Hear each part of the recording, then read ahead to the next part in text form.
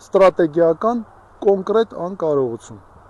Ուրեմն մի քանի օր առաջ Գերմանիայում Նիկոլ Փաշինյանը Ադրբեջանի նախագահին ինչ ասի, որ լավ լինի։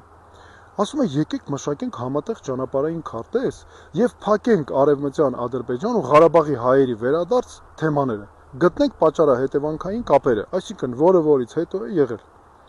Պարոն Փաշինյան, նայեք ես հիմա մյուսների նման ձեզ չեմ վիրավորում, չեմ ասում, որ դուք գիտելիք չունեք, որ դուք փորձ չունեք, բայց ես ասում եմ, որ դուք այս հարցերը լուծել չեք կարողանում, որ մի ամբողջ ժողովրդի, հայ ժողովրդին, Հայաստանը բերել կանգնացրել եք մեծ փորձանքների առաջ։ Ես հիմա ուզում եմ մի քանի փաստարկ բերել, որ դուք այդքան ձեզ սարսափած, վախեցած չզգաք։ Արևմտյան Ադրբեջան ծրագիրը կեղծ է, դա զրոյից սարքած ծրագիր է, Հայաստանը զավթելու ծրագիր է, չունի միջազգային որևէ հիմք։ Չկա որևէ միջազգային հարթակ, կազմակերպություն, միջազգային դատարան, որտեղ Ադրբեջանը այս հարցով կարող է գնալ ու ունենալ հաջողություն, այդ մասին հրաշալի գիտի ինքը Ադրբեջանի նախագահը։ Արցախցիների վերադարձի հարցերը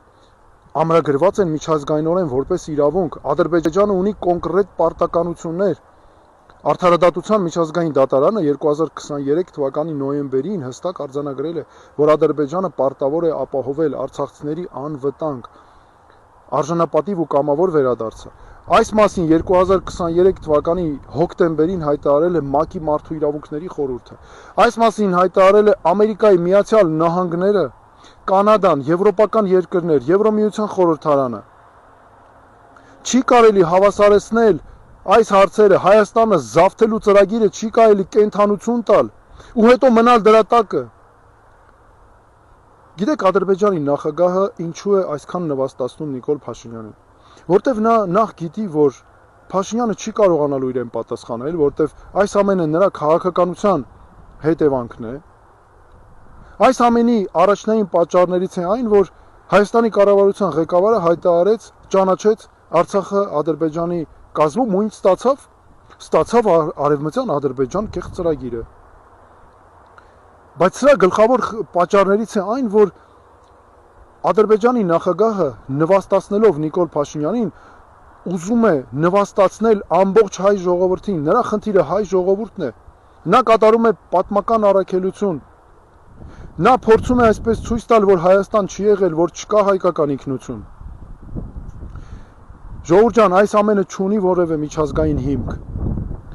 Նիկոլ Փաշինյանը նայեք ինչ է անում։